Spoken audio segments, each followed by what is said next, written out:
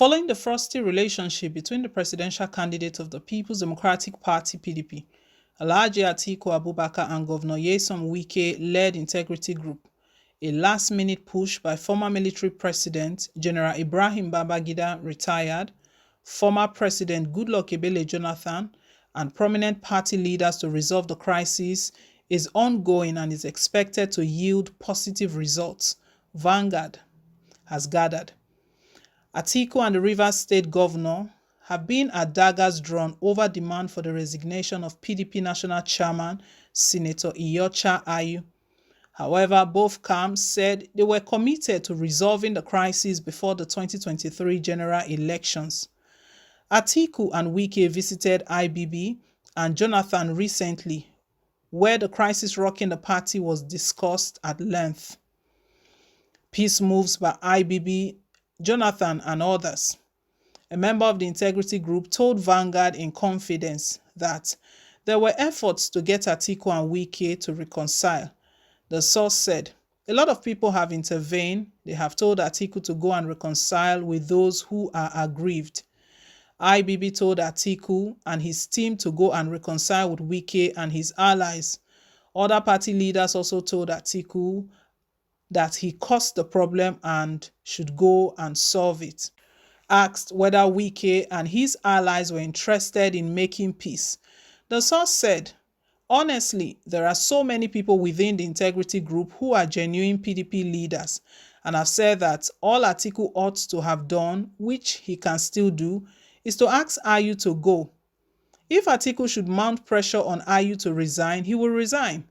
If this is done, it will also be easy to separate the boys from the men. 3 zonal vice chairmen of the party are with the Integrity Group. There are also several of the candidates across the geopolitical zones that are with the Integrity Group, but they are ready for peace if Atiku is ready to play the game." When contacted, a member of the PDP's Presidential Campaign Council (PCC), who confirmed the peace move, said it was fruitful. The PCC member, who is privy to the reconciliation efforts, said, "Given the efforts of the former president and other PDP leaders, reconciliation is not possible, though I cannot speak authoritatively on it.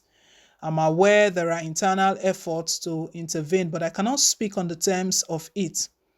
On whether the meeting between Atiku and Jonathan hit the brick wall, the PCC member said, "That is not correct. The meeting they held in Abuja was very fruitful. That is the only takeaway I had from their meeting." Meanwhile, a pro-Atiku Okowa group in Plateau for Atiku movement yesterday faulted the continued call for Ayu's resignation, saying its members were disappointed with former Governor Jonah Jang of Plateau State and the G5 governors for their insistence on Ayu's resignation. The group distanced itself from the agitation, saying that Jang's involvement with the Port Harcourt-Lagos group does not represent the thinking of the Plateau State PDP. Addressing journalists in Jos, the group spokesperson FF0jourdT urged Senator Jang to return to base in Plateau State and engage with the constituents to shed more light on how the position of his groups affects the state. According to him, an average PDP member in the state does not significantly understand the basis of Jang's decisions and actions.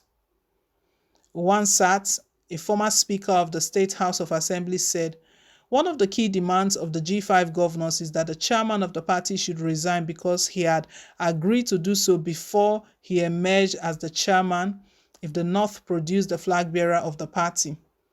As a movement, we have some concerns.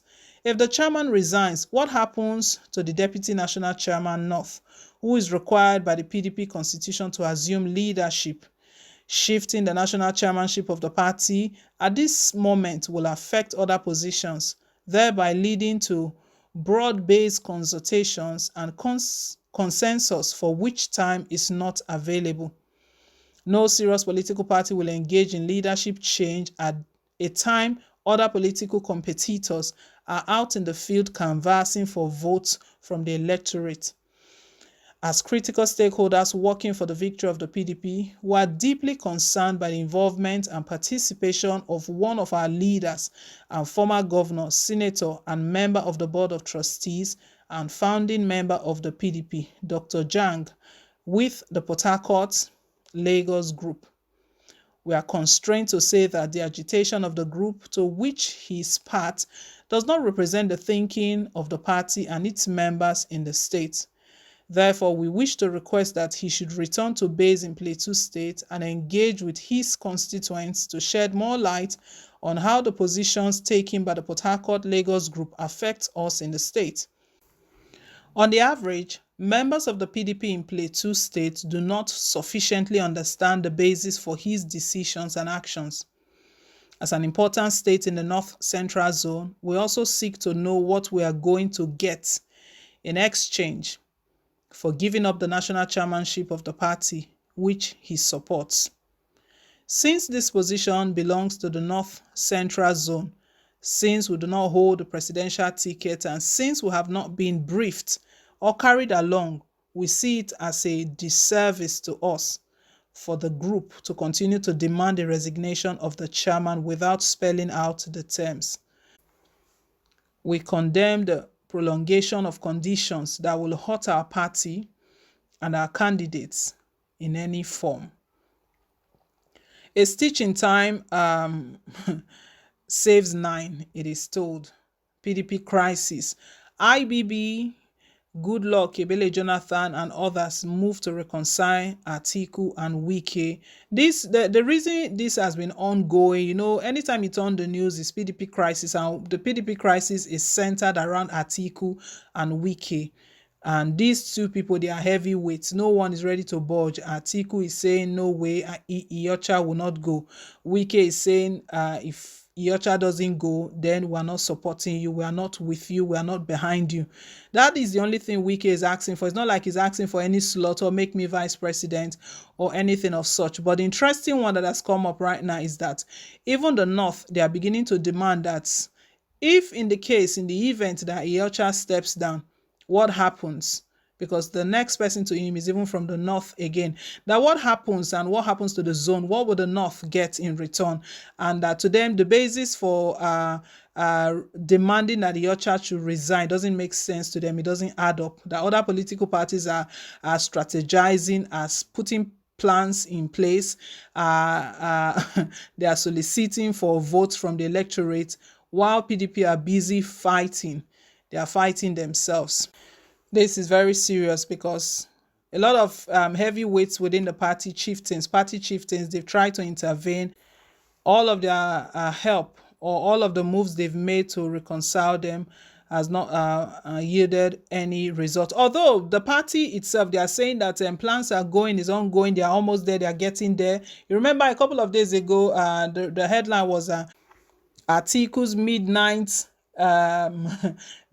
meeting, or hit the brick wall. Atiku's midnight meeting with Jonathan hit the brick wall. A chieftain from the party just confirmed that he did not actually hit the brick wall, that meeting was actually a success, but we're still not seeing the success. Wike is still not speaking in favor of Atiku. We'll see how all of this plays out. Leave us your take down below in the comment section. Thank you once again for staying tuned, and please don't forget to like, share, and to subscribe till I come your way again with more updates. Bye.